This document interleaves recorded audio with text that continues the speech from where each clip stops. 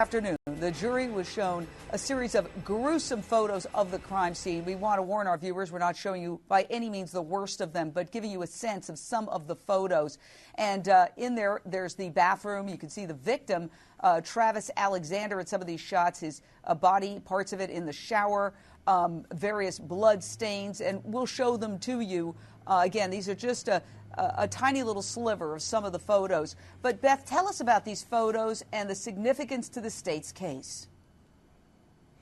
Well, Jane, these photos are gruesome indeed, very bloody, and they tell a story. It is a story that Juan Martinez told yesterday in his opening statement, and he will tell again, I assume, in closing arguments, because it's the pattern of the blood drips, blood spatter, and pooling of blood that probably explains the sequence of the wounds as they were inflicted and how hard Travis Alexander fought for his life. We haven't even seen the worst of them. That's coming up next week, and that's the big pool of blood at the end of a hallway leading into the master bedroom where his throat is slashed, where she really finishes him off. And even though we saw so much blood today, spatter and drips and pools of blood throughout the bathroom, various areas. There's a big bathroom. There's a toilet room, and then there's a room where the double sink is, and then there's the bathtub, and then there's the shower where he was found. There's a linen closet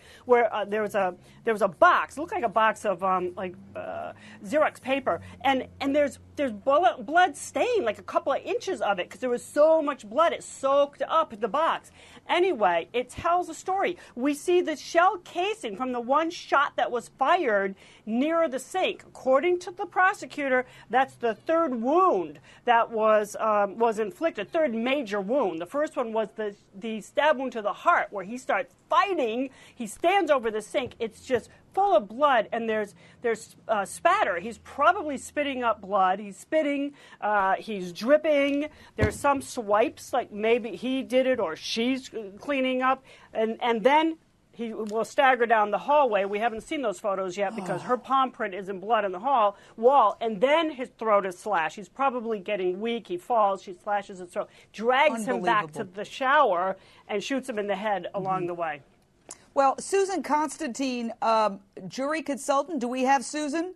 I'm here. Okay, you're a body language expert. These photos, I got to tell you, they're gruesome. We gasped as we were watching them, and we're blurring. I mean, that's his body right there. We're blurring it. Okay, we're not being gruesome, but the jury is seeing all of it. In opening statements, they saw very, very graphic photos of private parts of the defendant's naked body. Need I say more? What impact is all of this going to have on the jurors? A tremendous impact. You know, imagine, seeing that yourself, seeing those photos, and it becomes a visual imprint inside your brain that they'll probably have to have counseling afterwards to get over this. This is not something they could just look at a picture, put it down, like when we saw in Casey Anthony, we saw some photos, but not graphic, bloody photos. This is so catastrophic that it's really going to hit to the core of their beingness, that I think they're going to have a tremendous time, not only just getting over the pictures, but emotionally being able to handle the stress of seeing such a gruesome